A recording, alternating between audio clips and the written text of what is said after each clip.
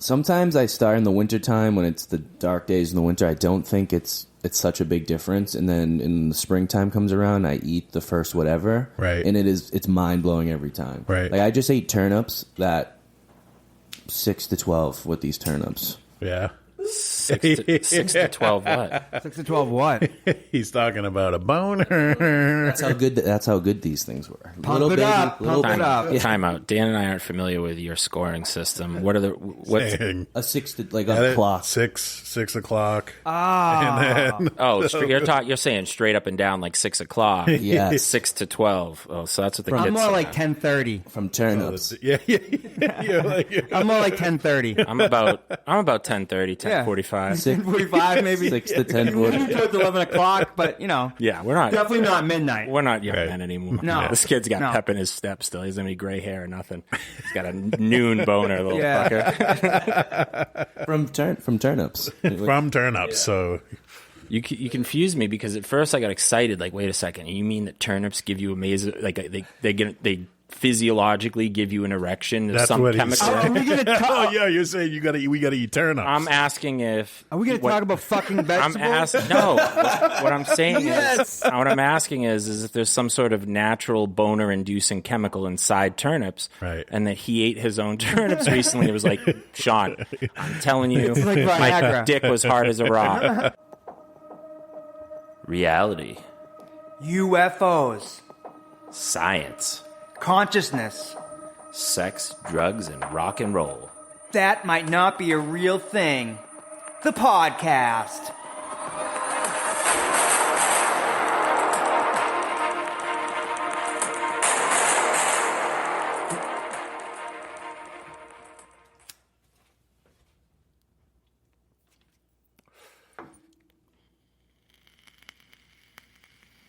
Still holding.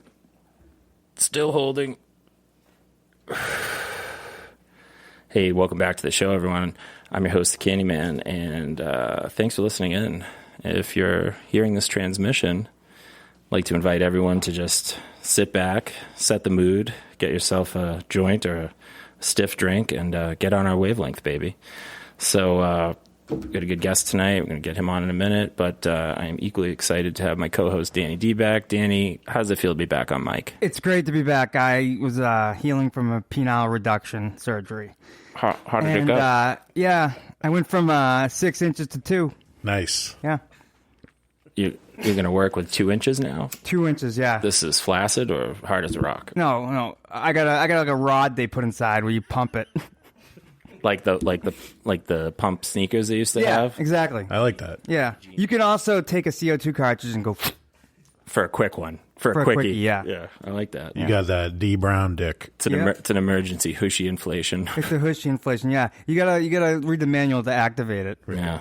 Pull the cord. Just like a hushy. Sean, what's going on, man? Sop. You tell me, how was your week? Sop. Nothing. That's my update. Sop. Sup? You got nothing going on? Nothing. Nothing at all? Just sop. Well, I Get it? Because kids don't say... They don't don't say say what's the up. whole thing. They just say say one sop. thing.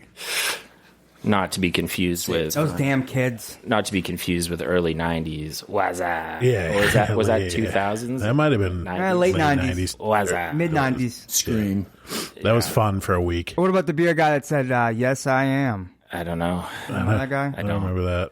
Anyway, we're here tonight with a good friend of mine, Chris Horne, Farmer Chris from Horne Family Farms. I'm very excited. I've never had a professional mic like this, and I'm a little nervous, but No, you're okay. feeling good. You're hanging, That everybody, we're professional. It's very right. professional. Professional what? you're hanging out with guys that would murder people to keep you safe, so you're okay. That's true. Plus, you're a strapping young lad. You've grown into... I've known you since you were, 10? At least. Both of Maybe. That must Younger. have been... Me, definitely younger.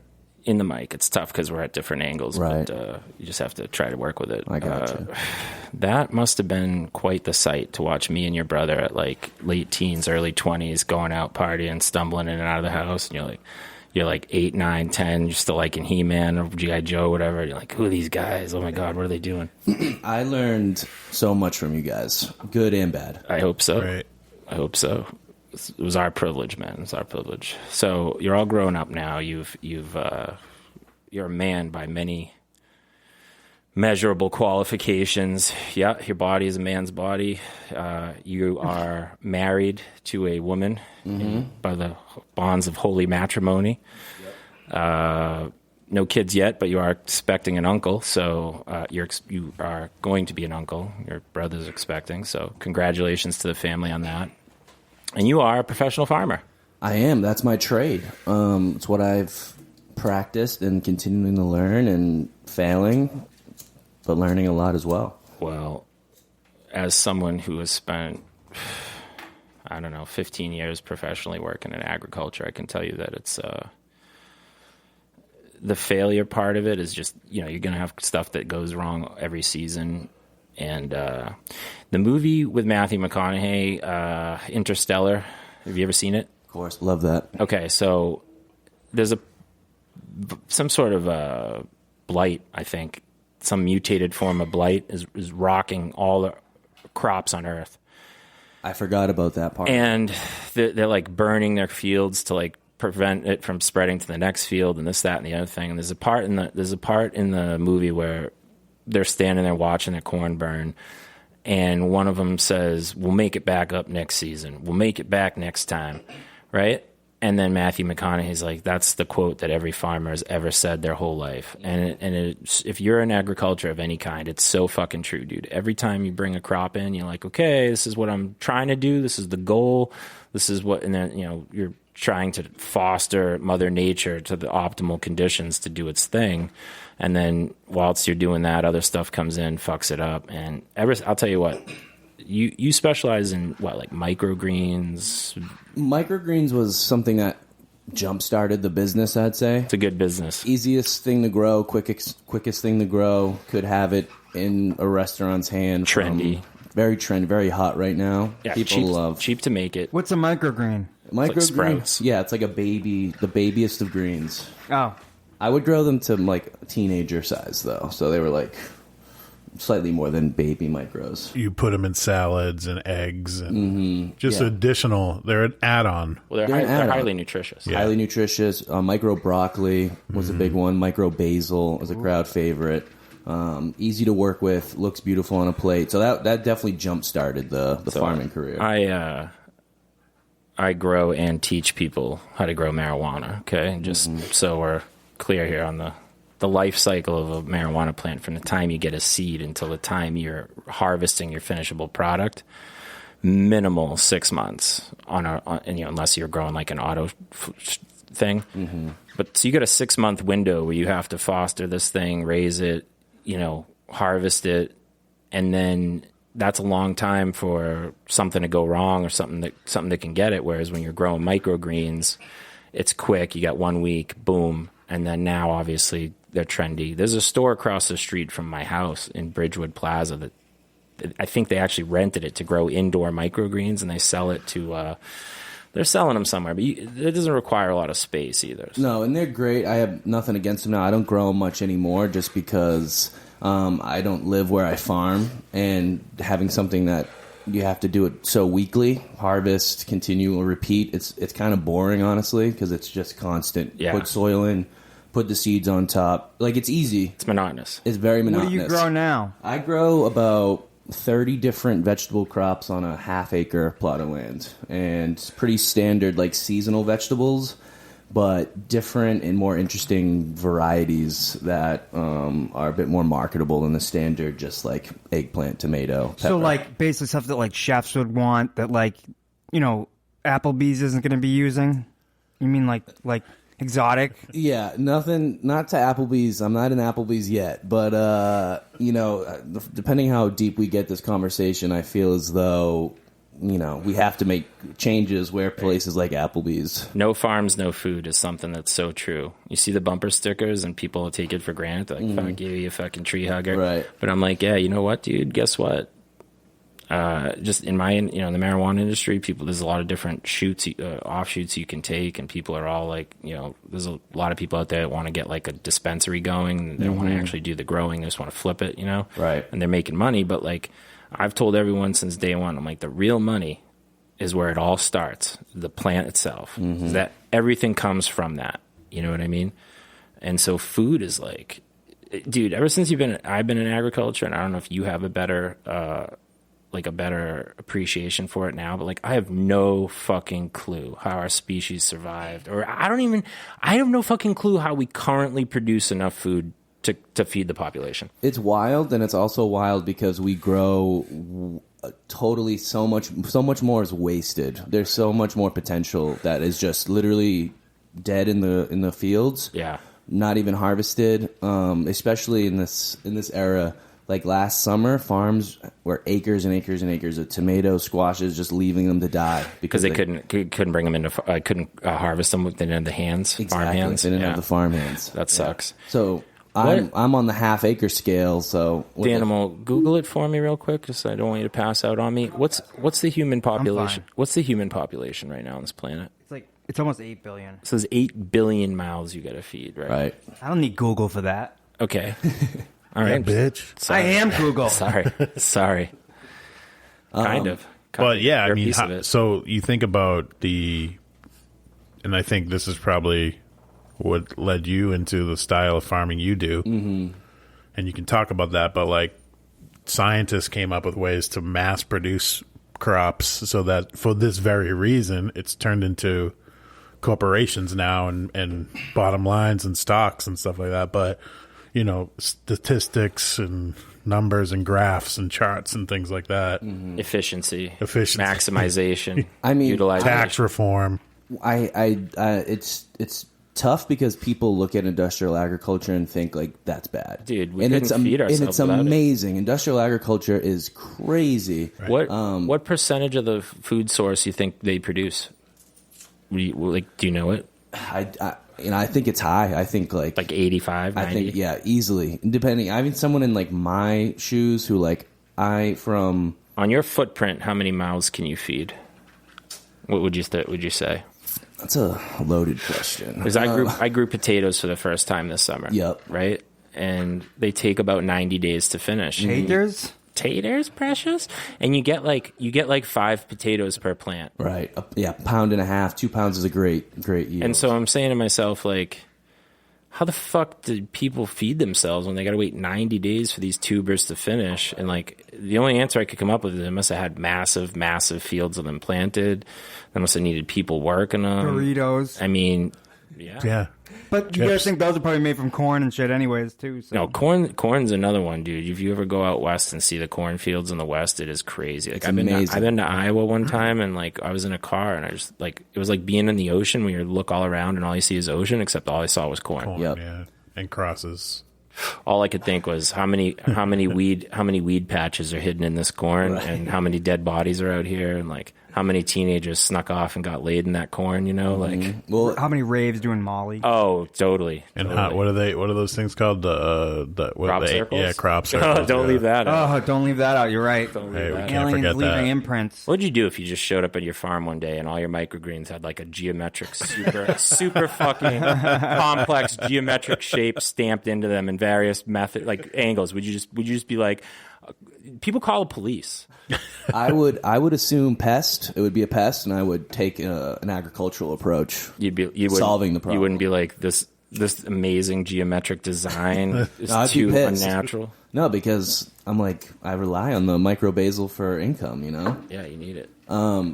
Back to your previous question, last year I grew probably close to 20,000 pounds of food on a half an acre. 20,000 pounds of consumable food. Yeah. I was about to say, how do you even grow enough on an acre like that to make it work? Well, because what he's talking about with the microgreens is, and so this year is a big business. I don't know if this year impacted you at all negatively or positively, because there was like a little bit of a food shortage at the beginning. Right. I had a lot of people reaching out. A lot of people started growing their own crops at home, which is like, if you're like, you sell. So first of all, let's just do a plug. You got Horne Family Farms. Let's start with that. They're on. Listen, I'm not a professional. This is like my 13th podcast. Okay, and you're good at it. You already kept me on track. Thanks. There you go. But the question where I was going is that Horne Family Farms, you have a website, you have some corporate accounts that you handle, but people buy what's known as a CSA. Stands for what? Geez, I almost forgot. Community supported agriculture is the. I thought it was crop sharing agreement. So see that? Yeah, I have did no too. fucking clue what's going on. You did too. I did. I didn't know if I didn't know it was crop sharing something for me. I like that. I think it's probably a little too corporate sounding. probably. This ain't like Dustin Crops, kid. I know. I like yours better. What's the real thing called? Community supported agriculture. It sounds a bit more Into that. It sounds like you're part of the team when you're buying it. You're like, yeah, my family's doing our part to support community agriculture. Exactly, and it's part of it. And like Sean's actually a member, so we can talk. I am a member, and there's obviously things are grown seasonally. So from the start, which starts in June. Through mid-October. Yep, exactly. You get a large variation of different vegetables, and it's actually very impressive. Some things that, when you taste something that you buy the same exact thing in the grocery store, and then the same thing at a local farm like Horne Family Farms, the taste, it's a different product. Yeah, small which batch. is wild. Small batch craftsmanship. Sometimes I start in the wintertime when it's the dark days in the winter. I don't think it's such a big difference, and then in the springtime comes around, I eat the first whatever, right? And it's mind blowing every time, right? Like I just ate turnips that 6 to 12 with these turnips. Yeah. 6 to 12 what? 6 to 12 what? He's talking about a boner. That's how good these things were. Pump it up. Time out. Dan and I aren't familiar with your scoring system. What are what's a 6 to like a clock? 6 o'clock. You're saying straight up and down like 6 o'clock. Yeah, 6 to 12. Oh, so that's what the kids. I'm more say. like 10:30 from turnips. Yeah. I'm more like 10:30. I'm about 10:30, 10:45. 10:45 maybe. 6 to 10:40. Towards 11 o'clock, but Yeah, we're not definitely not midnight. We're not young men anymore. No. This kid's got pep in his step still. He doesn't have any gray hair or nothing. He's got a noon boner, little fucker. From turnips. From turnips. So You confused me because at first I got excited. Like, wait a second, you mean that turnips give you amazing? Like they physiologically give you an erection? There's that's some what chemical. Are we gonna talk? you're saying we gotta eat turnips. I'm asking if Are we gonna talk about fucking vegetables? No. What I'm saying is, what I'm asking is if there's some sort of natural boner-inducing chemical inside turnips, right? And that he ate his own turnips recently. It was like, Sean, I'm telling you, It's like my Viagra. dick was hard as a rock. Or if he's saying he got excited about them, and unfortunately, I think it's the latter. What is that? A root vegetable? Yeah, turnip root Tuber, vegetable. Right? Yeah, I grow. It has a tap root, so you can't really transplant them, and you have to direct seed them into the ground. Literally, like just putting seeds directly in. Pain in the ass. I have one little seeder, but I do almost everything by hand.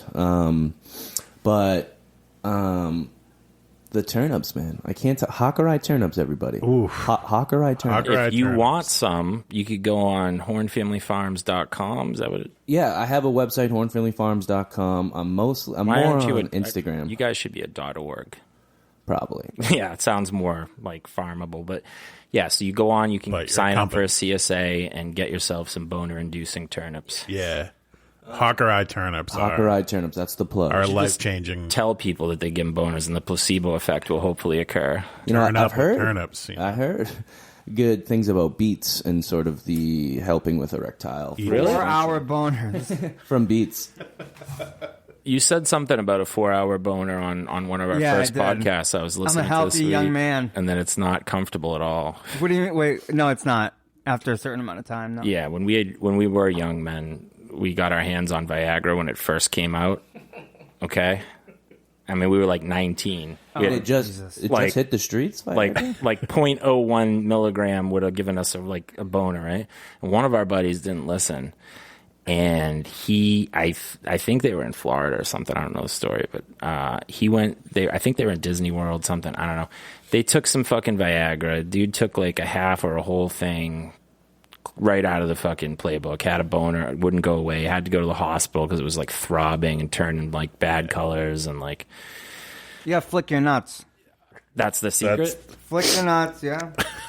You know everything about this. Some things that No, that's no. that's supposed to be my department. You just showed me up. I don't even know Yeah, about the flicking. you know. I think the point is that naturally grown products or a mixture of them can help with boners. Absolutely. And that's Absolutely. Well, it's definitely healthier for you, dude, because I'll tell you right now, like, it is impossible to grow crops on a mass scale without using pesticides and shit like that. It's fucking brutal. Like, there's no way to do it without it. So that stuff's definitely in our food supply. So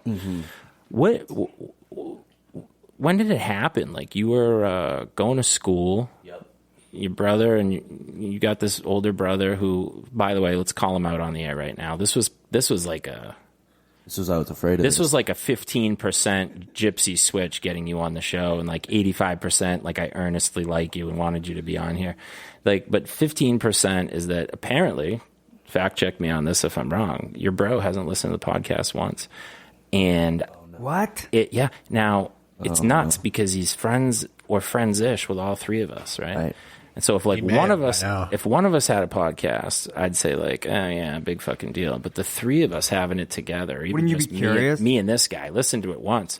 Listen to it one time. Now I've got you on here. He has to. If he doesn't, if He'll he, listen to this one. if he doesn't listen now, see John, 15% gypsy switch. there's always a Romanian switch. Get marked. I heard about your venture. Like, you've been doing it for a long time, right? Over 10 years. I started, I guess it sort of started the origin story. I was probably around 18, 19. Both my parents had some pretty significant, one had a heart attack, one had a stroke in a short amount of time. And I was looking in the fridge and just thinking about, what am I doing at 19, even though you're a fresh young chicken at that age. You had a freak out. I had a little freak out about your own health. About my own health and you're built like a brick shit house right now, which is like what my dad's generation used to say when someone's like jacked. Yeah. Guy's built like a brick shit house. Like, that means a lot. how do you like that? He's a fucking farmer, man. All those guys are. It's man strength. A lot of physical work, man. A lot. I have all hand tools, so I'm digging with shovels. It's very simple. My setup is like archaic in a lot of ways, and simplicity is good. Simplicity is very key, especially on the small acreage, and it's all very, very tight. It's a half acre, so pretty much 12 inches of walking space in between every row and every crop. Minimal. And people don't know what that means. Like, there's 12 inches you got to squeeze your body in and like work and bend over, and it's like you got to hold yourself. You like contort yourself in these squatty positions, and your back and everything gets like sore. And people, I don't think I even appreciate it enough. I've had people like my friend Carson was a professional basketball player. The kid sounds like it, Carson. Right, he has to be 7-footer. He did a job with me planting lettuce. Carson Bigelow, number 5 on the offense. I'd be president of the Actually, they don't have offense and defense. They play both. My bad. But we planted lettuce for like 3 hours, and he was beat. His hamstrings were destroyed, and that's just what it takes. And you have to really take the time to build your body to get used to that. And by the wintertime, I'm cooked. I can't. But I'm done. Let's go back to your origin story. Yes.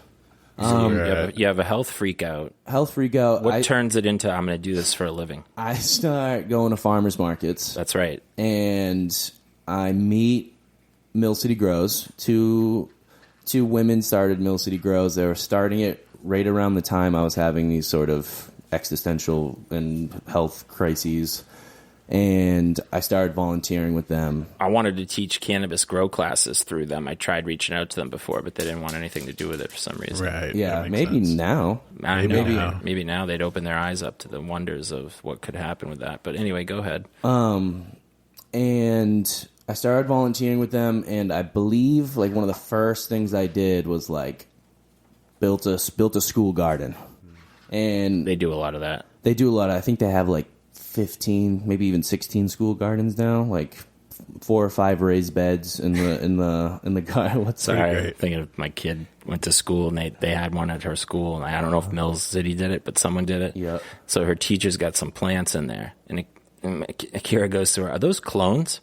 And the lady looked at her like she has no idea what she's talking about, and the lady's like, "What? What do you mean?" And Akira's like, "The plants, are they clones?" And the lady's like, I don't understand. And Akira's like, well, you slice a plant at a 45-degree angle to expose maximum surface tissue on the cambium layer of the plant. And then you provide it with good humidity and heat, and it will root into clones that are genetically, the same as the next one. And the lady's like, how do you know all that stuff? I don't know. My dad taught me how to cut clones when I was like 4. Is she into it, though? Or does she like to garden with you? And she's into, right now, she's into being a badass. So she wants to kick ass at volleyball. Okay. And today she pouted all the way home about the loss that they suffered in Boston from some jacked team. And, she's depressed at the rate at which she's progressing in sports. And I'm like, dude, it takes a lifetime to really learn a sport and get better at it, and a big reason she shoots agriculture guns too. and does stuff. But yeah, so she's growing. She wants me to grow her, she eats a lot of greens. Mm-hmm. So her diet is heavy. We just went grocery shopping and tons of fucking greens. Yep. I'm like, dude, I'm growing kale right now at the house because I was like, dude, we're going to just grow our own kale year round in the kitchen and never have to worry about it, Well, that's the other big part of it for me. Once I kind of had the jump start into doing it, and then I started to see the economics of it in play, the microeconomics in terms of my personal, what I'm eating. And when a big percentage of it is coming from the stuff you're growing, you're not only saving money, but eating the best, freshest possible stuff around. Kind of growing money on trees in a sense. Yeah. There's also got to be some sort of fulfilling thing about just creating things in general, whatever you do. But You're a creator. You're feeding, you're creating, yeah. It's kind of so I don't know. I think hunters feel that too sometimes when they respect the animals and they take every part of it and. Oh, for sure. Hunting has got to be I've killed mice, and it was because they were inconvenient to me and they were in my home and I had to get rid of them, and I felt terrible about it. I was like, God, and I know the bacteria are going to eat these and that nothing ever goes to waste, and I know about the law of conservation of energy and mass. I was like, but I just feel like I snuffed this little thing's life out for no reason, But hunting's you're eating it and stuff. But yeah, my biggest thing, groundhogs obviously are a big pest, and I have to kill those. You and do? I do kill them. Yep. How do you do it? With gas? I drown them usually. What do you mean? He traps them. Trap them, and I drop the trap in water. That's horrible. Can I be there for that? What? You drown these little furry I've heard of that before. creatures? With skunks. I've heard, it's drowning. I don't think is a bad way to go out, though. I think they die peacefully. Yeah? You're not panicking the fuck I out? really want to be there for that one. Why don't you just I'll fucking... do it. Why don't you just fucking shoot him in the head with a 22 or something? I don't have a gun. I farm. Pellet rifle, dude. I know. What if that doesn't do it? What though? about a shovel? Something. This is. I don't... Well, listen, now we're talking about... Get a spiked spear and just stab him in the head. listen, farmers have been fighting pests forever. I guess. Exactly. Yeah. It goes... The first time you did it, though, you challenged it to a one-on-one fight to the death, right? And you got so scratched up, if I remember. That's only fair. You did? You fought You it got down. so scratched up, and the thing ran away. I had deep gouges. What if he sees his shadow? Do you let him go? Yeah. It's 6 more weeks of farming season. If he sees his shadow. You torture him for 6 weeks, then you drown him. It is not a good feeling, obviously, but it's amazing how much destruction they can do. Destroy Because they go through the root zones. they rip They're it up. fat rats. They're nasty. Yeah. What's They the hiss at you. What's the alternative? You plant a mesh fence underneath 4 feet down, all around your crop, Right. So that they can't get through it. Wait, do they dig holes to get to it? Yeah, they're they'll underground. prop up. They'll come out of nowhere, and you'll see this huge gopher hole. I've almost snapped an ankle. Gophers. From Just walking through it. walking through it's so deep, and they just burrow. Then let me add that to the list of why you need to convert my backyard into an urban farm. Yes. Because this is something I've been on you for a while, and I get that you're busy, but just the reality is you have to do it. we have the resources, we have the gumption, we have the know-how. You and I together could build an oasis back there. We could feed people with it. We could give it to the homeless. We could do a gimmick about half to the homeless, half to the regular, right? Yep. Pay, hey, buy a I think they want CSA from us. McDonald's. Yeah. Well, if they're on heroin, they tell you they want. Yeah, what are they going to do with veggies? Not gonna cook them. When I was with Mill City Grows, they had the little urban farm right next to the transitional living That's center, right. and we would bring food into their kitchen, and they were very appreciative. The cooks and everyone there really, that was a cool little connection because it was an urban farm, like literally in probably one of the tougher areas. Well, I believe in doing good works. Pay it forward, actually. Yes, thank you. That's how you want to live your life. Yes. Well, karma. It's karma. No, man, I just believe in like trying to help out people and do nice things for people if you can. Like that's what makes life, more tolerable. And it's big in agriculture. Anyone who's just a gardener or grower, like they're always people who want to share knowledge and like just do good things, like give you their extra whatever plants if they have extra veggies. It's like really ingrained in that community and that idea. I gave a homeless guy a joint this week when I drove by him. Go. That was kind of like what you were doing, kind of. Yeah, it's similar. It's similar. It's similar. So, what was it like when you first started? Like, what was it leading up to? You're like, oh, I'm starting my own thing. When I went away for a year to this place called the Farm School, I remember I was jealous as fuck, but happy for you. I appreciate used to text it. you all the time. They have a farm school? That's it was cool. a farm school. Where'd where you go? It's in Mass, right? It's in Athol, Massachusetts. It's a year-long program they have an adult learn to farm program. But did you live there? I lived there for a year, yeah. Badass. And it was pretty crazy. I would work at the old court on the weekends. I was a bartender there, and I would work there Friday, Saturday good. nights. I don't know what your numbers were before you got married, but God, if I was sitting there looking like you back there, I would have racked up 200. I broke some hearts, I'm sure you did. But I would bartend on the weekends. Monday morning, wake up at 4 a.m., drive to the farm school, stay there from Monday through Friday. And yeah, we had a whole curriculum of animal husbandry, which was a big sell for me because I had never worked with animals before. I kind of figured I didn't want to do that forever, but I wanted the experience. And that was mind-blowing. We visited a slaughterhouse, and we saw the actual process happen. I was talking to my kid about that this week, so I'm so glad you brought it up. But like, we're driving this week, and I'm talking to her about like what kind of a sick fuck do you have to be to work at a slaughterhouse where like these animals. Yeah, but you got to feed your family. No, but dude, like right now, I think what happened. You tell me, but like. We were talking about how many mouths we got to feed, how many pounds of chicken, how many pounds of meat. Now, after this, I do want to talk a little bit about how like the meat industry is impacting the globe and all this other stuff, like in terms of like environmental impact. Sure. But because for some reason, people don't connect the two. But slaughterhouse back in the day, it's an efficient means of processing large amounts of meat into packageable items that people could distribute and eat before it went bad. Mm-hmm. But before they had like modern machinery, like I'm sure now the cows get let in, some sort of like car washer machine like slowly soothes them, comes around their neck. I think they hit them with a bolt in the head. No, they do, but I'm saying I don't think a person operates the pneumatic hand pistol anymore. I think it's a machine that does it, but it could be that it's operated by a human. And at this one, it was operated by a human. Okay, so there's a person at this place, and presumably 8 hours a day, 40 hours a week, what this person does is they hold this gun to a living organism. Or they slit its throat for kosher. They hold it, they basically snuff out this thing's life.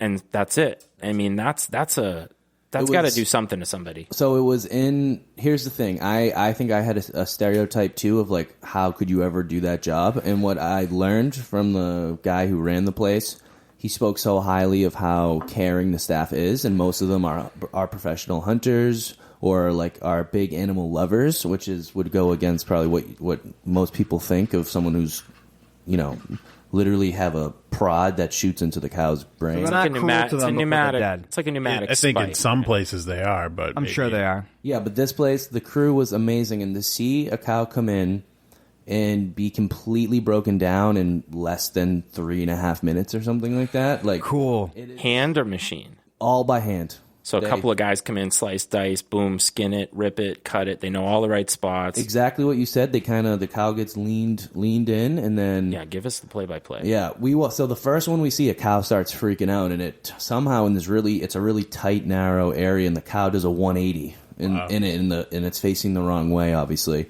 And this guy had this trick. You would think, like, what do? You would probably have to wrestle the thing to get it into place. This guy grabbed the cow's ear ever so gently and like soothed the cow, and the cow just very slowly got back into place.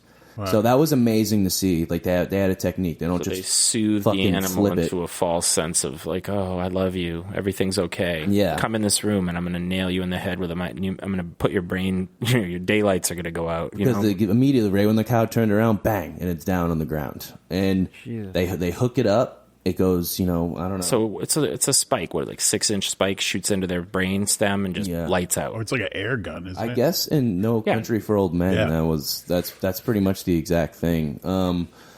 And immediately it gets put up in the air, and they slice the head off, and they let it bleed out, but the head is off so quickly, and the guy is just honing a knife the whole time while this process is happening, and then the cow gets flipped up, and it's like so quick, like a samurai. They must hone those knives to like perfect edges, right? I mean, like they got to be super sharp. The animal's been shaving his face with an old school razor, and he was like a straight edge. He was I've been learning about honing. I was just talking about it today. So like honing a straight edge is like super delicate, like perfect process. Like, and you got to strobe it like to keep the blade aligned and. So how many dudes or people are doing this? This was it's a pretty big warehouse type, and there was probably 30 people in there that was like actively moving one animal at a time. But all right, so there's 30 humans. Yeah. This guy's grabbing the skin, throwing it away, bringing it into this pile. This guy's mopping up the blood. Jesus. A lot of blood. It is in there. It's slippery. It's dangerous. There's people walking around with humongous knives that This is for the. Don't fucking. Sorry, we all got action shot. Oh, sorry. All right, hang on. But they would process cows, and that's all we saw. And but they also did goats and sheep. And one of the crazy kind of weird things about this is when we were away at the farm school, like where the cows were grazing. You could see the slaughterhouse like perfectly. They were like looking at their demise. No idea. Yeah, it's I had brought a lot of people up to the farm school. It's a very open community there. They don't have the Learn to Farm program anymore, but they have like kids classes where kids from the Boston area will take field trips up to the farm. So see what it's like outside the city. Yeah, and it is a whole other world up there. I had never been to Athol before, and the farm school's on a ridge, and it's pretty high up, and then they have like 400 acres. And when we were there, we were farming 12 acres for vegetables, and then the animals are on like 100 other acres, and then the rest was forest. So the problem with the meat industry, I guess, I've been told by several people. I haven't really looked it up. I obviously don't own any instrumentation to take gaseous readings in the atmosphere, but basically humans have been breeding livestock for, let's say, the last, 100, 150 years on a really massive scale compared to, let's say, all of human history prior to that, right? Yeah. So you've got these huge places of chickens and these huge slaughterhouses and cows and blah, blah, blah. And we're trying to just feed everybody. We're trying to keep it cheap, right? Like I went to the grocery store today and the guy's like, hey, $7.99 a pound special on steak tips. And like $8, I just get a pound of meat. I don't have to fucking do anything for it. You just unbelievable. That's it. I got awesome steak tips the other day too. So you don't have to do shit. You just show up, you buy them, someone's marinated them and all these things. Right. It's like, what a time to be alive. Yeah. It's crazy. I'm glad you brought this up because I think a lot of the things that I think about are there's so many amazing things happening around us constantly. Like these amazing miracles of life that we have: running water, food anytime we need it. You don't pay attention till it goes out. Exactly. And it's frightening to think of how fragile it can be. But it's also I think we can work with these with these amazing things that we've created, take pieces from industrial agriculture, and now let's apply them to more like small scale production stuff that I'm doing. Yeah, you want to run a small scale place efficiently. You want to take the rules that they've applied to make it like lean and green and awesome. Exactly. But you also want to keep, small batch, keep a sharp eye on it, extra TLC basically. Yeah, and it's much more productive in so many ways when you're working on the small scale with like potential like interesting things you can do with water retention. Overall. And they do prison work with, more about social issues than I do. They must have gardens at prisons now and let the prisoners grow their own food. I'm sure. I They don't know of any local. Because it's very therapeutic work. They do. That's a nice work, right? When you're out on a nice day, not talking like the shitty parts of it, but when you're out there on a nice day and it's cool breeze and it's not too hot, not too cold, and you're working with the earth, and you're working with the plants, you're in harmony with the environment, right? That's a way better feeling than like dialing numbers in an office cube trying to get someone to buy stocks from you, you know what I mean? So you can fuck them over and steal their shit, I don't know any of their names, but there are a few nonprofit organizations that have like gardens in prisons. Right. And obviously, I think it's really hard arena to work in because everything that comes into the prison has to be double checked, and so they can't really have many tools, even like building materials and stuff to get in. But they do exist, so kudos to the people who are doing that work because bullshit. They could just have a check in, check out when they go in. Yeah, but if you bring a shovel or any sort of sharp object, you have to return it.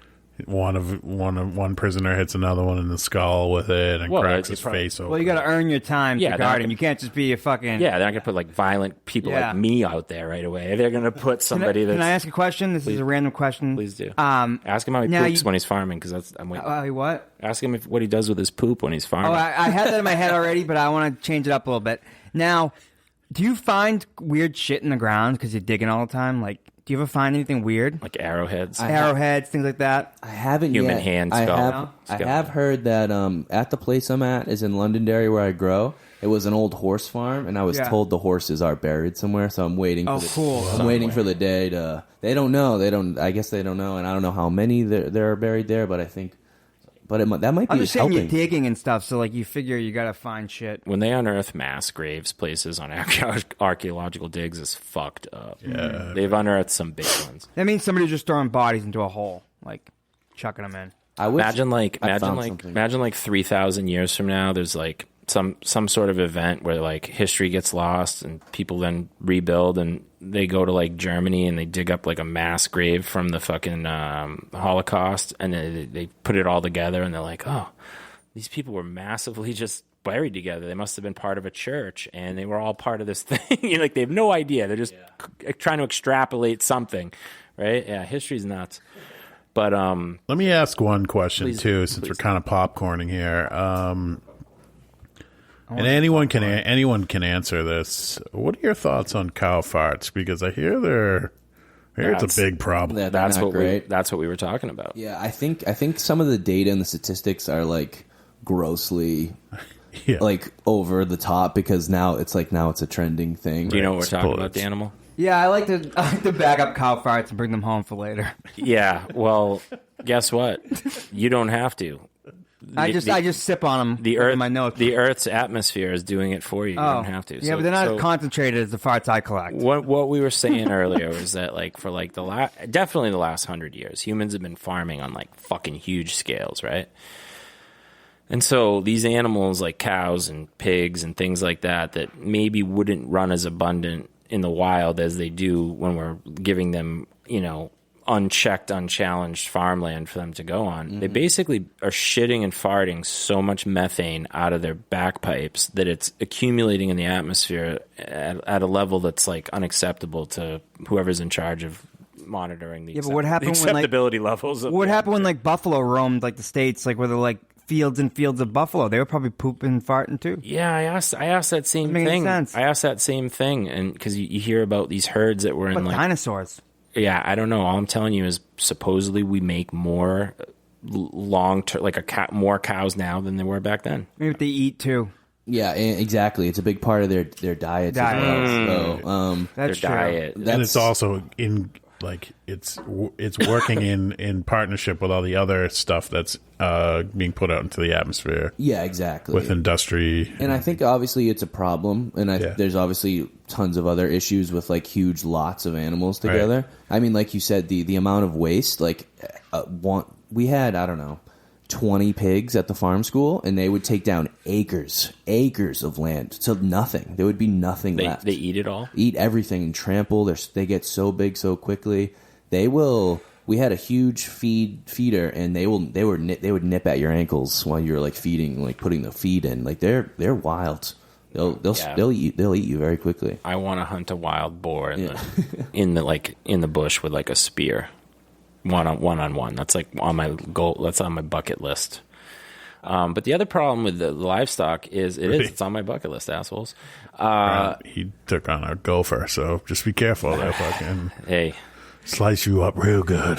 The other thing with the animals, this is my understanding, is that the feed that we are producing to feed them is depleting basically our fertilizer. Right. Yeah. Well, most of the farmland is dedicated to feeding animals. You know, so the corn and soy just became a big part, the full diet of these industrial animals. And soy farms are bad for the rainforest right now. Yeah, they're knocking People down. are ripping them down and just building soy farms. Yep, I did hear that. See, you know news stuff. I know stuff that's relevant to agriculture, science, the planet, stuff like that. I'm not, I couldn't tell you if you named, 10 people that were like high up in the government right now, like other than the president and the vice president, like Secretary of the State, no idea. Senator from anywhere, no idea. No idea. Yeah. Any of it. It's all just I don't know if I know either. Nonsense as far as I'm concerned. I don't think we should test each other out here either. And embarrass each other. I'm just telling you, I don't know them. Period. Yeah. But I do know that stuff. There's a great book called Defending Beef, which I want to plug because I think it's obviously this has been the trajectory every time I start talking about farming. People ask about animals and the environment, which is justified because it's a big topic and it's a known issue. It's a very big issue, and Defending Beef. Is it a real thing, or do you think these like people made it up to try to get us to not eat animals like veggies? Well, it's funny to me how it's like you start to maybe watch something like Food Inc. or read about these statistics on these animals, and you're like, okay, no animals. That's the answer. Like, don't eat any animal, and that's going to the complete opposite end. Right. Where like Makes it needs to be way more creative, and clearly. We need animals. They do amazing things. And when you can have an integrated system of animals and farming. Like chickens shit is so good for your crops. Exactly. I am going to be a beekeeper officially in like a week. Congratulations. And you got to watch out for these hive beetles, okay? Mm-hmm. And they lay their eggs in the dirt underground under the hive, and then the babies just grow up and go, where should I go? Right up in this hive. But chickens love to eat them, and so people that are beekeepers like to keep chickens because they eat ticks and they eat a shit ton of ticks. They just go nuts. They just run around your yard and eat ticks. That's cool. Yeah, it's very cool. Yeah, they do ticks a lot out there. In the I hate there are. I had a few ticks on me yesterday. People keep bat boxes too in Alaska and stuff, and other places where there's mosquitoes all over the fucking place. Just get you should do that, Danimal. You'd love that. Get 20 bat boxes all around your house, bats. and so they just live there and they swarm every night around your house and decimate the local mosquito population. I was talking about bats last night. I told my wife that I want to look around the house and see if I can find one during the day to keep as a pet. Yeah. I already have a pet boa constrictor. What do you think? That would be cool. You think humans are going to blow up the planet, destroy the planet? You think we're going to make it better? What are your thoughts on that stuff? I think I like to think humanity's doing good. We do more good than harm. Obviously, I think we're going in the right direction. I think we are. There's a lot of hard workers out there doing amazing work. So I try to focus in on that. A lot of bad stuff a lot of good stuff comes out of bad shit too. It's exactly. This is relevant to you, but do you remember? I don't know if you even know about it, but before World War II, this is probably even maybe like World War I want to say. It's definitely World War I. there was a big problem going on there was like a global nitrogen shortage, and scientists were blowing all these fucking whistles, and they were like, hey, listen, there's no more ammonium nitrate, and it's the only way we have to fertilize our fields, and we're never going to be able. We calculate in 20 years, the human population is going to run out of food, right? And so everybody's like freaked out, and everyone's like, oh, I guess, maybe that's why it was the roaring 20s. Everyone thought they only, like, fuck it. We're running out of food in 10 years. Let's let's get drunk. They were doing tons of blow in the 20s, I believe, if I'm not mistaken. I don't know. I think it was booze, a lot of booze. Well, yeah, prohibition. Prohibition. Whatever. But then this Nazi guy, before he was a Nazi, okay, I forget his name, but he was one of the higher-ranking Nazi guys. He was the guy who invented mustard gas. Okay, this guy. Sicko. Yeah, well, guess what? Prior to inventing mustard gas, he said to everyone, hey, hello, the Earth's... He's like, hello, everyone. I have an invention to talk about. Yeah, scheisse. He's like, wunderbar. Look at this. I am become death, destroyer of worlds. Wunderbar. Yeah, but before, he's like, hey, everyone, guess what? The Earth's atmosphere is huge nitrogen. All we got to do is pull it out of the air somehow. And he figured out the chemical process to just pull nitrogen out of the air, bond it to something, and make it use as fertilizer. All of a sudden, human global food shortage problem solved. So do you think that that's just how it goes? Like, I mean, that's how it is, I think. Necessity is the mother of invention, right? So right now, everyone's freaking the fuck out, and they're like, no meat. Don't eat meat. It's bad. But, like, they're going to figure out a way to pull that methane and turn it into a fuel or something. No, but they think meat's bad because it's cruel to animals, too, right? A lot of people. Yeah, a lot of people. I think that's a big... They don't know shit about the methane. And right there's like you can't have an argument or a debate with that person because you can't be like you're wrong, obviously. Like, right. Like so when if people have that side of it when they're like are vegetarians or vegans, okay, great, no problem. But when people are like I watched Food Inc. and now I'm not eating meat, it's like well.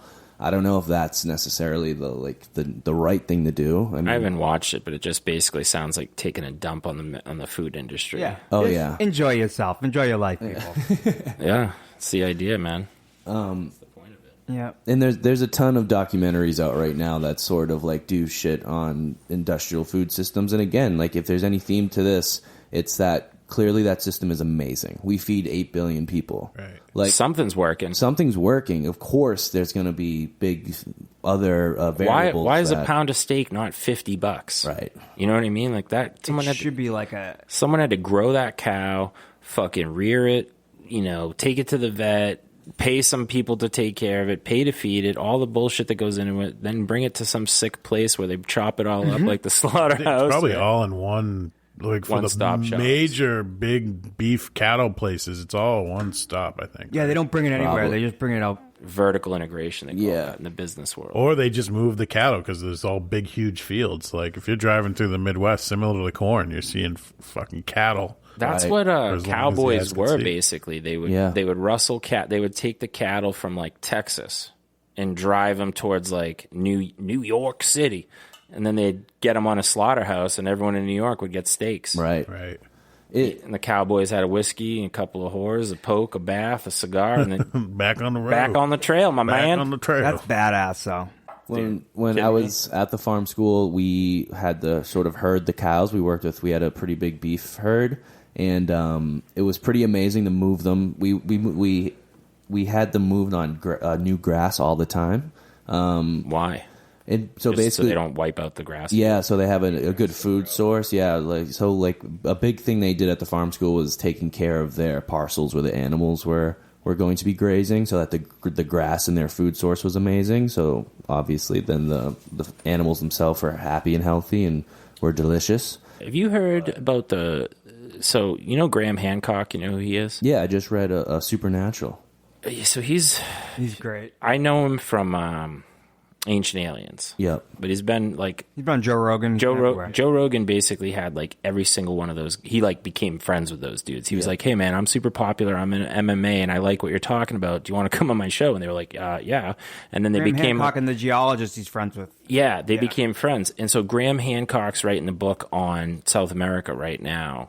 And he's basically saying that, listen, we've been given a complete we've been given a complete commercial about like a story about what the history of South America is, and they're saying that place was completely populated with cities, and that when the Europeans got there, like it literally wiped out everyone on the continent. And the jungle took it back over. Yeah, and the jungle took it so quick that they don't know what's there. But so these guys are, because of the soy farming going on, right, and because of I guess like the rainforest soil is naturally not that fertile, which kind of makes sense and kind of doesn't. Right. You think of this rich oasis. You right? say like how many things have died and decomposed there to like, but at the same time, there's so many things feeding on everything that they're pulling all the shit out of the ground. Mm-hmm. So they're unearthing these huge fucking cities now. Okay. And they're to build these soy farms. They're cutting down all this acreages of land, and they're like, "Oh, holy shit! We just discovered a new city. It's fucking enormous. We didn't even know it was there because it was covered in trees." And they're finding these plots of land that are farmed there with like super living soil with like tons of it's called like terra. It's like black earth or he was talking about this on the Rogan podcast, right? Like this amazing but you had to combine like biologicals from like the ocean and kelp, and like they had it down to a science where they had like this is some of the most rich fertile soil in the world, and they've discovered it in these like ancient gardens of South America. Amazing. And then now that they're clearing these things and they're doing studies and stuff on what's growing where, that they think the entire continent was like terraformed into a garden, and that like what you and I would consider like when we look at Iowa and we'd be like, yep, the whole thing was corn.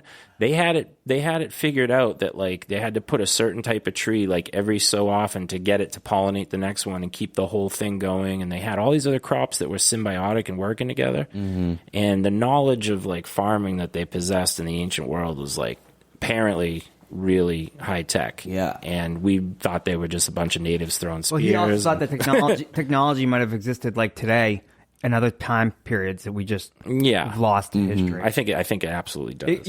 I mean, we've been around for modern humans for like 300,000 years or more. So you think like just in the last 100 or whatever, we've gained technology like this? Like, come on. Why? It could have happened before, and it just got lost to time.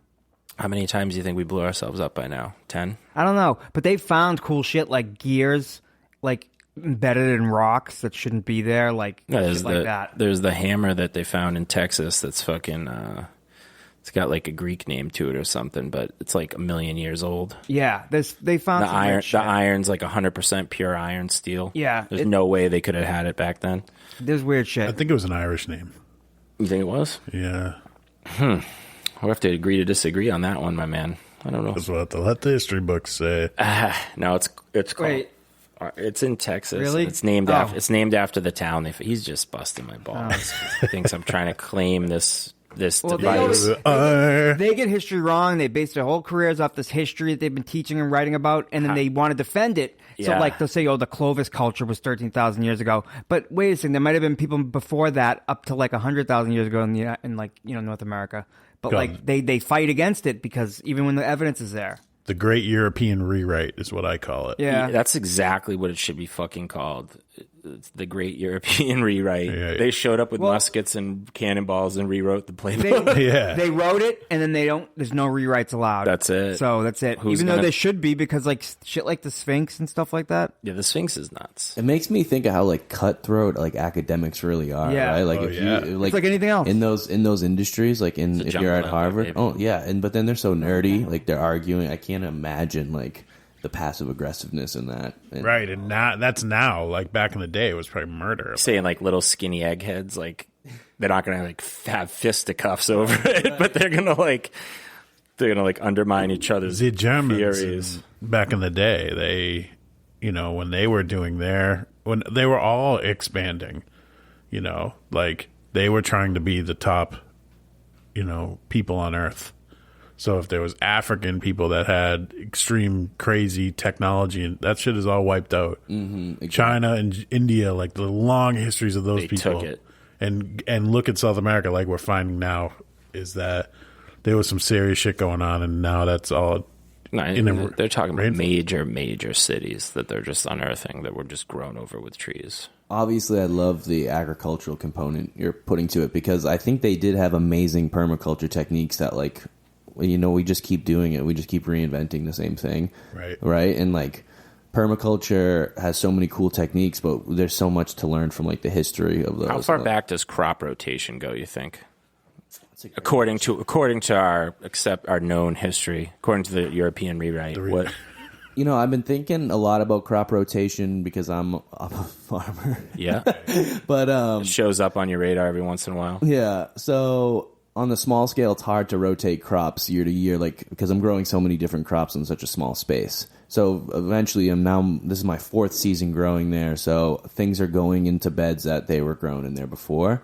And something we think about crop rotation in terms of, like, industrial agriculture, because when you have 5,000 acres of corn and 5,000 acres of soy, you should probably flip those because it's so much massive space with only one crop. So for me, eating the same things, yeah, sucking that CalMag and fucking nitrogen and nitrogen and nitrogen, and then all of a sudden the corn comes and it's phosphorus and potassium and blah blah blah blah blah. Doing the bull dance. So what did you say? So doing the bull dance, feeling the flow, working, circular, like a carousel. On my beds that I do, I'm cropping out many different crops per season, and I'm adding so much, like, compost, and I add things like kelp meal and crab meal. So you are doing compost for human poop, maybe. You're not doing any synthetic. You're not getting General Hydroponics micro bloom and no. It's those are pretty much my only products I use in terms of, like, the fertilization. Is I top with a lot of compost, which I buy in. Ideally, I want to start making the compost, but having a really good compost system is actually pretty cannabis. The cannabis industry has got to be at this point reaching a size where it's impacting our nutrient use because, like, they use straight synthetic fertilizer, like, right out of the gate. Right. Salts just nonstop. What about compost? They don't do composting, really? It's like, dude, if you own a marijuana dispensary, you want it to be as cheap and as, like, efficient as possible. Right? Yeah, so eventually everyone goes, like, these drip systems in this cocoa core, right? Which is, like, really high, and it's cocoa, so it's, like, got a high carbon content. What's carbon do? It grabs other shit, right? So they're growing it in something that's not even efficient because it's, like, leaching nutrients out of itself, holding on to the nutrients and not letting the plant have them. Right. But it's cheap to grow in, so they use that, and they use rock wool, which they make out of, like, this limestone, basically. I don't know if we have enough limestone on the planet. I think we do. Dude, the bottom line is I guess what Elon Musk is fucking right, dude. We got to get off this rock. We need more rocks, right? We need another planet to grow our shit on and mine, strip mine, basically. I go back and forth with, like, part of me is like, yes, let's go to Mars and let's explore. We need to consume, but, like, also let's take care of what's under our feet. So I feel like Elon Musk is like, he just wants to do it because he thinks it's too late here. He thinks it's just cool to do it too. Right? Yeah, it's part of him is like, what can we do? Yeah. How do you like? He's Tony Stark. I love Elon Musk. He is very Tony Stark. Yeah. Except that he's, like, kind of wimpy. I hear he came out with Asperger's. He said he has. Yeah, he said it on SNL. I thought that was huge, dude. I thought that was a really ballsy thing. Pretty cool. Do.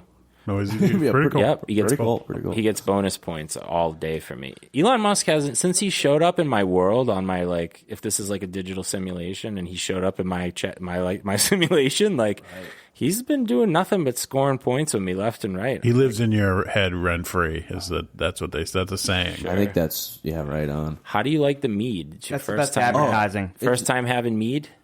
I've had it before, but this is that makes sense. This is delicious. It's good, right? Yeah, it's really good. I don't like alcohol, but I'll tell you what, I'm gonna buy more of that stuff. We're gonna have it. This is like a dessert drink for me too, so it's like I'm just sipping on it. I want to drink it out of a horn. Yeah, it's our first Dan never drinks it. Unofficial sponsor. Yeah. Yeah. Well, Honeyboundmeadery.com. Our first sponsor. Wink.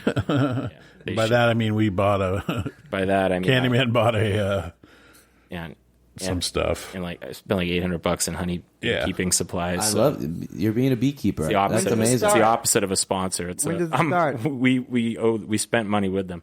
The bees come in like a week. maybe 2 weeks. Oh, that's going to be... I'm getting a little nervous. I'm reading this book right now on how to keep bees. And like, I knew it was going to be tough because like I know a lot of people have a problem with it, but I think people like, even like home gardens, like you just see everyone just suck, right? And you're like, you guys suck. And they don't get it. It's hard to fucking take care of plants and make them grow right. You got to get out there and weed. You got to like, water regularly. You got to have an automatic system, not too much water. Drastically underestimate how much work it takes. Like, there's like, I'm just gonna start gardening this year. This is the year. This is the year, and like, great, fucking go for it. But also, like, if they get discouraged. You get really discouraged quickly, and then they give it up because they didn't. I mean, This is with anything, but like gardening is so. It's cutthroat. Like, you either do it right and you have that one tomato crop, and if that dies... You know what, though, dude? You do a great thing. You get up, serving people booze is cool, makes them feel good and all that. And, you look good. You probably spreading around good vibes. But, like, you grow food, man. You feed people. Thank you. Like, some people design circuit boards. That's what they do, right? But secretly, that company is taking those circuit boards and making, like, surface-to-air missiles that we're shooting people with, right? Like, you grow food. I don't think it kills anyone that I know of. Right. Unless they're allergic to it. Yeah. I feel anytime like someone says, "Oh, I saw this farming thing and I thought of you." It blows my mind that like I'm at that place, right? Because like I just longevity never thought, breeds success, and but now like that I'm like known as the farmer guy. People like I would be working at the bar and people would be asking me questions about beekeeping or chicken production or vegetable production. I love that that's what everyone wants to talk about. It's your so brand. many people are interested in it. Are we allowed to talk about the chickens, even though it was technically not up to town ordinance, or is that off? Oh no, we can talk about the chickens. So Dan. This, I don't know if you know this. That you're not allowed to keep chickens in the town of Lowell. It's a health. Why? It's a health thing. Fuck, stupid. So this cat, he's like, I want to raise chickens. Well, how many did you do? What was the number? 30. But you're also not out of Lowell. He raised 30 chickens in one of the bedrooms in his apartment, and they were in there little babies, pooping, feeding, fucking running around. Oh, cool! Smelled so bad. Just until just until they were big enough to go outside. Yeah, they had to kind of get them ready for the outside. So I had like a heat lamp and had them ready. It was disgusting. I was watching chickens really be born ambitious. is wild though. We had them in 6th grade. We had an incubator. When they came out, it was just like Jurassic Park. You're like, oh my god! I love that you remember what species 6th grade. Like that was a big moment. You don't forget something like that. Yeah, we saw many animals birth at the farm school. They bred raptors here. What have you done? Yeah, no. Yeah, watching animals come to life is crazy. Watching a cow when we had like chores every weekend, and when it was springtime and it was like lambing season, we had to be on top of that and had to do checks every 3 hours throughout the night and like count the lambs. Yeah, like a shepherd. And help them through the birthing process to see if anything like went wrong. And a few times we did lose a couple in the birthing process. How many did they give birth to? 1 to 1? Yeah. No, maybe twins. Maybe, yeah. I don't think that's normal. I think it's they don't have a litter or anything. No, yeah. It hits the ground walking. You know what? No, I'm an idiot. There can be multiple in. Yeah, goats can get a couple little goats out, right? Yeah. Yeah, let's talk about goats for a second. Okay. What do you? We had a guest on a currently unaired episode where he said he's working on a farm. And that the farm has goats. And when it gave birth, it had a... Oh, that's bullshit. Did you hear that was bullshit? No. Yeah. Oh, yeah. He messaged me later and he said that was bullshit. But what's the reality? He was messing with him. He said there was a birth sac that the membrane. Membrane that the farmer had to poke through. Pierce. Yeah, no, it was total with bullshit. his finger. on the anus of the goat. He brought it up, and it ended up being completely false. I'm sitting there asking him, like, why? So it doesn't shit in the embryonic fluid when it's being born? And I'm thinking humans shit in there. That can't be that. They've already figured that out. And then, later on, he's like, "Oh yeah, that wasn't real." He sold it. Messing with him. He sold it. He told us that his buddy's messing with him. But what's the reality behind the story? Like, has he already put his like gloved up finger up like 20 baby goats' ass? Like in other words, like did this guy tell him? I like, don't know. He might have already been doing it. Did this guy tell him like, "Hey, I need some help on the farm, and you're gonna have to do some dirty jobs. That's part of farming." I think he might have done it. And then did he have him, poke a he said poor little goat's the baby's goat's butt had a sack. He's been doing it for a while, so he must have. He's in there like every time. Every time. Like, just every one of the first born. Like, I can't feel any resistance. Am I hitting it? Yep, keep going. You'll poke it. Like, yeah. And then it turned out it was made up, but we didn't know. I don't fucking know. It was made up, but he talked about it like he had been doing it. He'd been doing it. Yeah. So, okay, so somebody was fucking with him. It makes little sense to me that would be an organism's thing, but right. How would a mother goat poke a hole in the butt sack? Biology's fucking crazy, dude. When you grow from seed, and so you take it for granted at this point because you essentially sell sprouts, right? Right. What a seed is essentially like a little energy reactor. It's like this photosynthetic chemical reacting plant. Like if we knew how to harness that into energy, it would be ridiculous. Every year I start seeding, and I can't believe it that like my whole tomato crop is in my hand. The way that it works is nuts because you're like, okay, this thing is coated in a oil or a wax. That's really good because if I eat it, my digestive tract can't digest the seed and I end up shitting it out, and turns out that shit is the perfect humidity, nutrition. It's everything the seed wants to be grown in anyway, right? If I don't get consumed, I land on the fucking ground. And what gets harder during cold weather? Oils and wax. But it melts at optimal temperature, right? So the minute that coating melts and gets contact with air and water, literally biochemical reaction, boom, taproot comes out, boom, the cotyledon. That's like when you open a seed, the inside of the seed is actually green because those are the first leaves that the plant's going to absorb light with. So it just spits out a little taproot and these things in there, and it's ready to go. And then the first set comes out after that, and then it just starts building and building and building, and you get like a 10-foot sunflower at the end of like 4 months, and you're like, how the fuck did that even happen? How good are those time-lapse videos of seeing the process? I will watch those all night long. Yeah. The first people to make those. What about the plants? Viral. What about the plants that can move away from shit? There's some plants that can actually move, right? Yep. That's crazy. They can move in real time. Like what? Like, I don't know. Like moss? No, there are some plants. I forget what they are. The leaves can actually move. The plants can move. Oh, well, plants in real time. No, but in real time. Well, I'm saying like plants move towards light and they move to. Yes, but like it's happening super in slow. You real don't see time. It's just no. But this is like I'm talking like you can like see a it reaction. Happen. Like I forget what plants they are. There's like only a couple plants that do that, but and obviously like carnivorous plants can do certain things, but it's Venus not like, flytrap. Yeah, it's not like an animal closes its mouth though. It's like I forget what it does, but it just. Go ahead, buddy. It just like releases when something hits like a a Venus sensor. flytrap. Yeah, it gets stuck and it just goes. Right? Is that how it works? Yeah. It just slowly closes. Yeah, osmotic pressure. And then just sometimes they like will sell those at like random store, like at Market Basket. They're like buy. Yeah. I love a Market Basket. All this crazy other shit. They I'm need like, they need totally different care too. Like it's very hard to very rear. acidic soil, very hard, very wet. No water. Oh, no water for Venus flytrap? I think so. I think it's the other way around, but I don't know. I'm not sure. But I'll tell you what the other thing I like about being in agriculture, always going to be important. Yes. Yeah. Okay? If the economy takes a Dixie, they're going to need some agriculture. If we have an economic boom, people will start having more kids. They'll be starting more mouths to feed. They'll be buying more shit. They'll be going out to eat more. There's going to be a need for agriculture. If we have a total fucking global decimation event and with 5% of our population is left over, the guys that get sucked off the most are going to be the good warriors and the guys that are good at like making food and drugs, right? And it's true.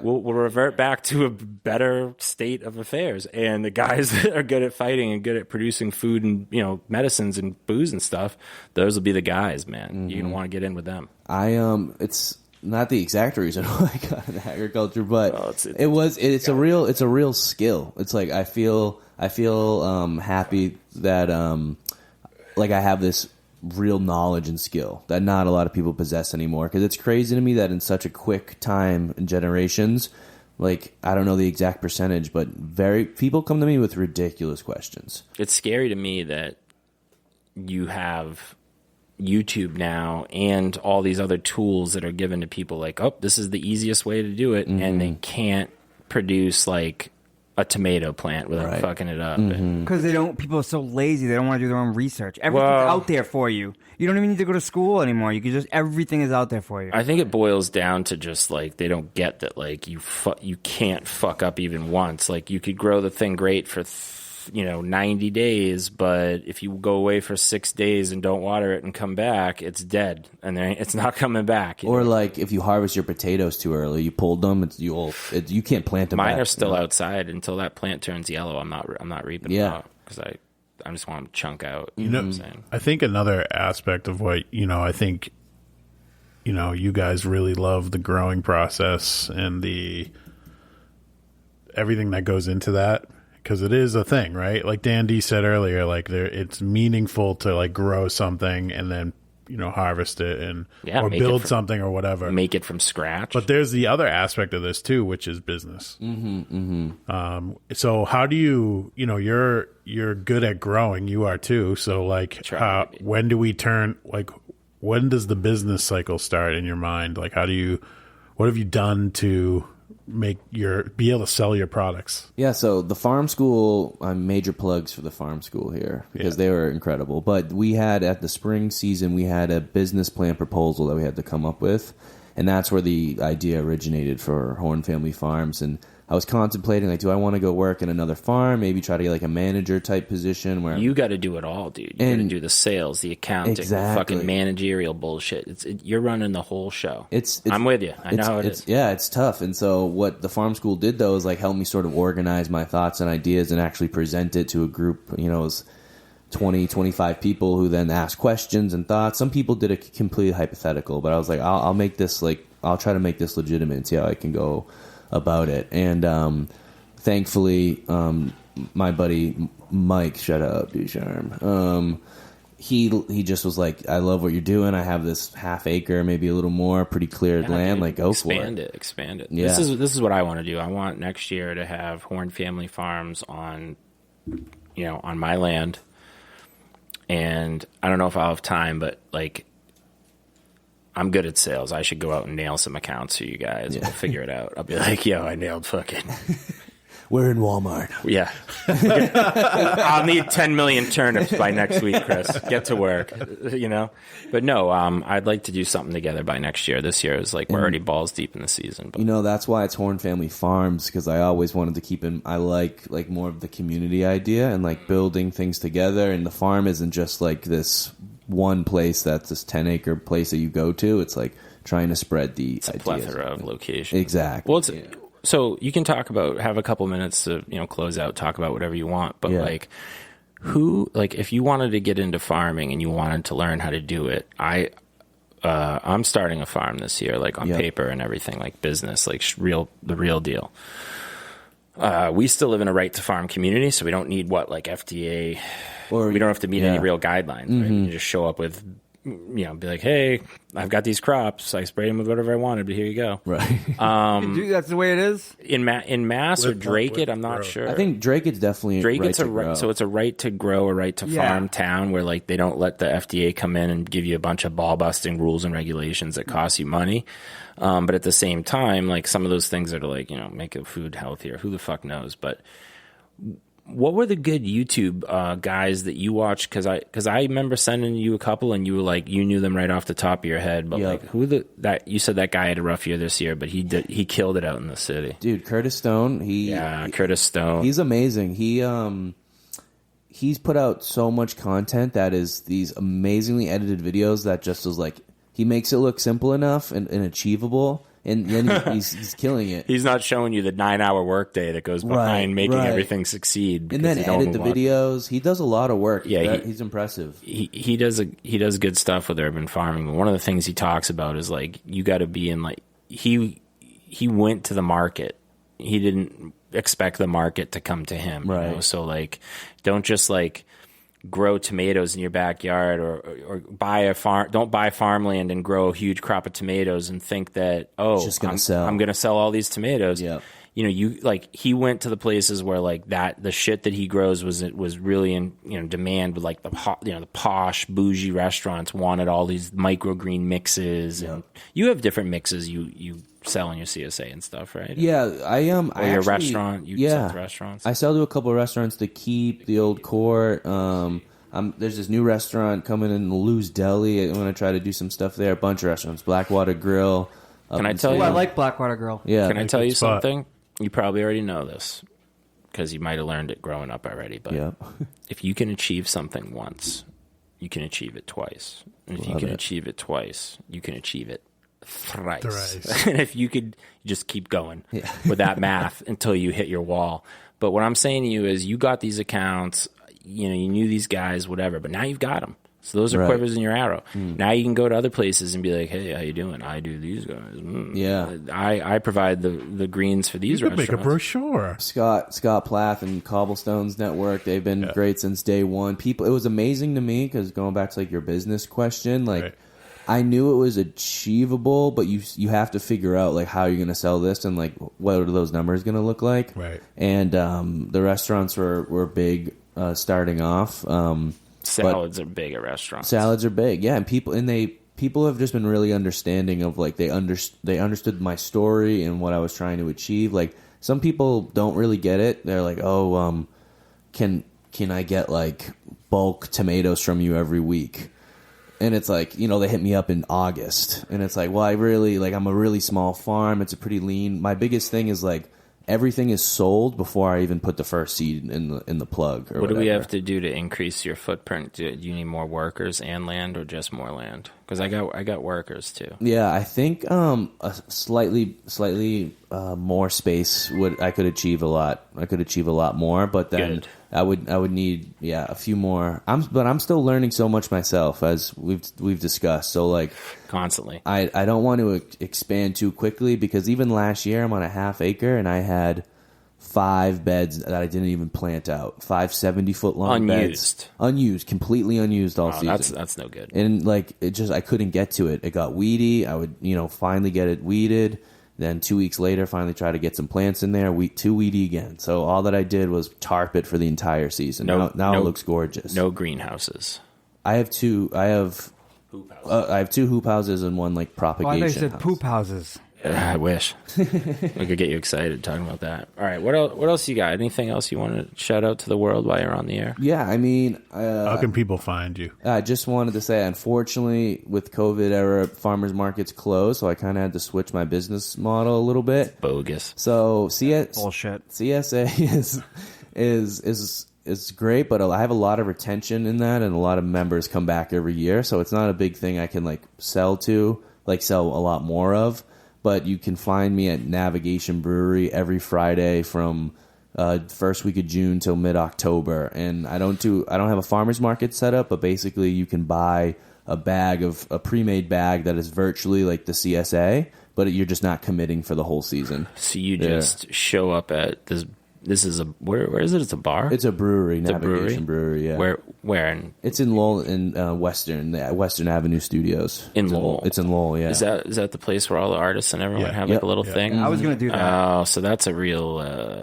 I don't even have a word to slap on that. Like, what kind of people? A really woke place. Right? I fit in. I really. But fit in. The Navigation Brewery has an outside space where everyone comes on Friday. Yep. Well, I don't know if they come, but they show up on Friday, and they drink IPA beers and buy vegetables. Yeah, it's a great partnership. It's a great partnership. The people who run Western Ave and Navigation are amazing, and yeah, so it's $30 for these bags, and you get just whatever is harvested that week. I have very fluctuating scale of how much I can do, but. A lot of business came that way of people picking up these bags last year, so I'm doing that again this year. So that's like my main thing for like the public, and then Alpine Butcher. I supply bags. I supply bags like spinach and arugula and lettuce mixes. And, you got some good accounts. Yeah, like Alpine's great. I'm proud of you, you bastard. I appreciate it. You're all grown up. I've learned a lot. You're so grown up. Aren't you proud of him? Look at him. He's the teacher now. Something like that. Something's going on. I call him up and ask him stuff sometimes. That counts. Yeah. And I feel honored. Next week, and this does play into agriculture. Hopefully, this is going to be a heavy episode. Danimal's going to be all over it next week. My cousin's supposed to come on. He had a pretty bad opiate / I think whatever else he could get his hands on problem for a while. And he's doing better. And I saw him on Greek Easter. He's like, yo, I want to come on and talk about addiction, which is like obviously such a big fucking issue right now. Right. But like, you know, it's like plants, man, they're fucking wild. They produce these substances and people get that, like sugar. Like people don't get it. Like sugar's addicting. Oh, yeah. And it's the worst one. The things that me and Alex were addicted to were from plants. Yeah, From plants. That's right. So next week we're going to do an addiction episode. You think they make Diet Pepsi from plants? Because I am addicted to this stuff. Another one of our sponsors, unofficially. Ganja's a plant, right? Right. Yeah. Mushrooms or fungi are a plant, right? If you think about everything that surrounds us and you look at anything, you name any item, and it all is like this natural product. This is wood. Right. It's from a plant. It's all from a plant. That's pretty cool. We have a very deep connection to it. We like to fashion things from materials that we harvest out of this place that we live on, and sometimes we mix those things together into new materials, and we shape that into tools. And we've crawled a long way out of the muck. My dick is a plant. It is. What kind of plant is it? We're at the end of the show. I don't have to explain. Is it poisonous? Is it poison? Does it emit venomous? Does it emit an aroma that entices someone to get near it, and then it poisons them when they come in contact with it? That's it's a deep musk. That's how I think of it.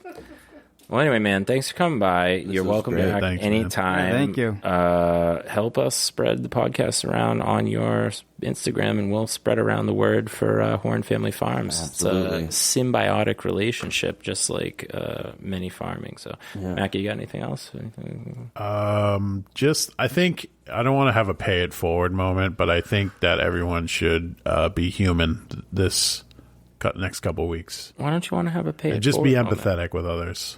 Hell yeah. You know? I a lot love of that. crazy shit's going on in the world right now. Yeah, I feel that. Don't fucking look at something and go and not realize that other humans are dying or killing each other. It's fucked up. Sorry, I got on a little horse. Dan D, if you want to react to that, you can. Well, yeah. Screw all that. See you guys later. All right. You heard it here, guys. We'll see you next week.